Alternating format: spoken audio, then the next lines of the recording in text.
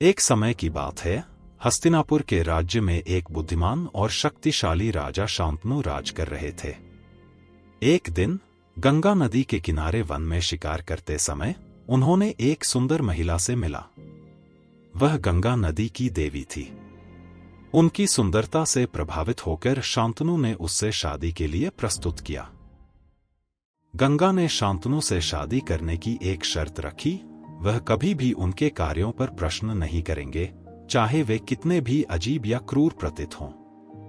गहरे प्रेम में डूबा हुआ शांतनु ने इस शर्त को स्वीकार किया। वे शादी कर ली और जल्द ही उनका एक बेटा हुआ। पर शांतनु के हैरानी के कारण गंगा ने उनके नवजात को नदी में डूबा दिया। शांतनु अपने वचन से बंध कर 7 बार इस होते हुए चुप रहे।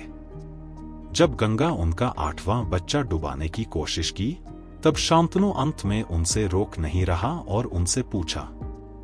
गंगा ने तब उनकी असली पहचान बताई और समझाया कि उन बच्चों के जन्म उन 8 वसुओं के पुनर्जन्म हैं जो मनुष्य के रूप में आए थे। 8वें बच्चे को जीवन मिला, उन्हें देवव्रत नाम दिया गया। गंगा ने बच्चे को अपने साथ लेकर उसे शिक्षा दी और जब वह बड़ा हुआ, उसे शांतनु के पास लौटा दिया। देवव्रत, जो बाद में भीष्म के रूप में प्रसिद्ध हुआ, एक अजीब सा राजा था। वह बलशाली, बुद्धिमान और युद्ध में निपुण था। उसने हस्तिनापुर का गौरव बढ़ाया और राजा शांतनु के लिए प्रिय पुत्र बन गया।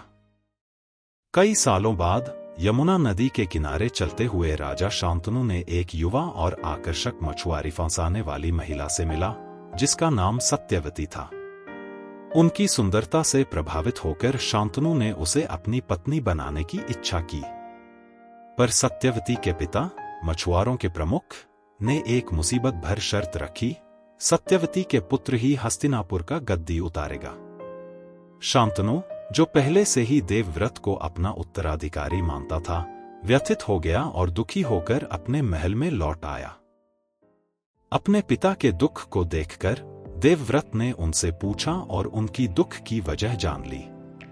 अपने पिता की खुशी के लिए देवव्रत मछुआरों के पास गया और एक गंभीर प्रतिज्ञा की, वह अपने गद्दी का दावा छोड़ देगा, जिससे सत्यवती के वंश के लोग गद्दी पर बैठ सकेंगे। मछुआर अब भी असमर्पित चिंता व्यक्त की कि देवव्रत के आने वाली औलाद गद्दी के लिए आराधना करेंगे। शांतनु ने अपने पुत्र को भीष्म नाम दिया, जिससे उसकी वीरता और समर्थन की भावना को दिखाया गया। भीष्म ने हस्तिनापुर की रक्षा की और उसके नेतृत्व में रहकर अपनी प्राणों की भीष्म की शपथ ली। उनकी नेतृत्व में कई पीढ़ियां उत्तराधिकारित हो गई और महाभारत के महान काव्य को उनकी सराहना और प्रशंसा मिली।